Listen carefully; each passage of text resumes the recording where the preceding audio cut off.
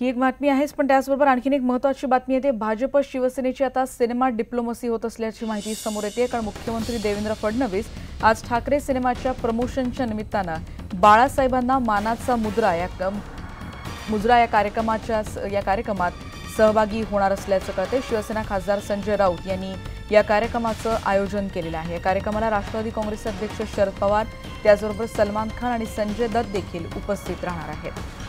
अधिक माहिती घेणार आहोत आमचे प्रतिनिधी विवेक कुलकर्णी आता आपल्या सोबत आहेत। विवेक, आत्ताचे अपडेट्स। एकीकडे भारतीय जनता पक्ष आणि शिवसेनेचे संबंध ताणले गेलेले असताना दोन्ही पक्षांमध्ये आता सिनेमा डिप्लोमसी होताना आपण बघतोय।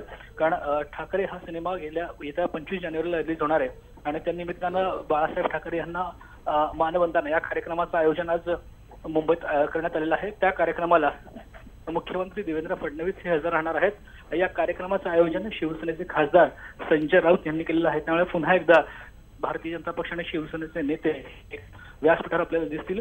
या कार्यक्रमाला राष्ट्रवादी काँग्रेसचे अध्यक्ष शरद पवार आणि सिने अभिनेते सलमान खान आणि संजय दत्त देखील असतील। पण निश्चितपणे देवेंद्र फडणवीस संजय राऊत यांनी आयोजित केलेल्या कार्यक्रमाला व्यासपीठावर उपस्थित असणार आहेत आणि त्याची चर्चा होणार आहे।